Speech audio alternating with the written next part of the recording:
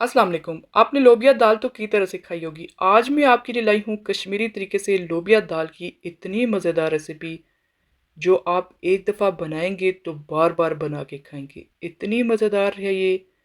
तो अगर आपको मेरी वीडियोज़ पसंद आती हैं तो काइंडली सब्सक्राइब ज़रूर करना और लाइक भी कर लेना। तो ये इस तरह की मज़ेदार दाल कैसे बनती है, रेसिपी आपने पूरी देखनी है, तो चलिए शुरू करते हैं। बिस्मिल्लाहिर्रहमानिर्रहीम। यहाँ पे मेरे पास एक अदद प्याज, 2 टमाटर, हरी मिर्चें, साबुत लहसुन और साबुत अदरक, ये हम इनको ग्राइंड कर लेंगे। और यहाँ पे लोबिया है जिसको मैंने 6 घंटे के लिए भिगो के रखा था। इसको भिगोना ज़रूरी होता है वरना ये गलती नहीं है। साबुत मसाले हैं, ज़ीरा है, लौंग है, काली मिर्च है, दालचीनी है और बड़ी इलायची है। और जो हमने ग्राइंड किया था प्याज टमाटर इसमें डाल देंगे और इसमें पानी डालेंगे। 6-7 कप इसमें डाल देने हैं क्योंकि ये जल्दी गलती नहीं है। इसको हम कुकर में ही बना रहे हैं। 1 चम्मच इसमें ज़ीरा पाउडर डालेंगे, सुरख मिर्च डालेंगे 2 चम्मच, हल्दी डालेंगे हाफ़ चम्मच, ज़ीरा पाउडर डालेंगे 1 चम्मच, करी पाउडर डालेंगे 1 चम्मच, नमक डालेंगे 2 चम्मच अपने हिसाब से रखना है और 1 चम्मच इसमें कसूरी मेथी डालेंगे। इसको मिक्स करना है और ये कुकर में जल्दी पक जाती है। यहाँ पे आप देख सकते हैं मेरे पास ये गोश्त की हड्डियाँ हैं। और जब भी आप गोश्त लाएँ उसकी हड्डियाँ इस तरह अलग कर लें, तो अगर आप दाल में डालेंगे तो यकीन माने इसका जायका लाजवाब हो जाएगा।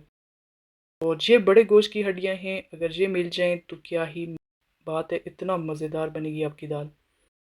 इसके बगैर भी बना सकते हैं आप। अब हम इसको बंद कर देंगे 15-20 मिनट के लिए। 15-20 मिनट के बाद दाल गल गई है, इसको हम इस तरह निकाल लेंगे और हड्डियाँ हम अलग रख देंगे।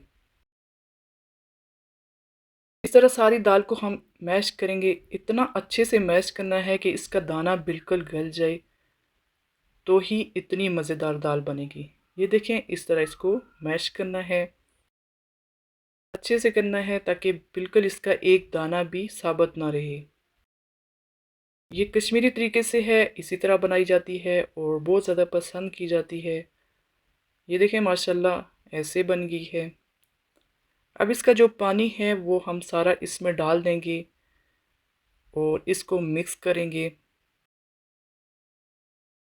पहले इसको अच्छे से मिक्स करना है।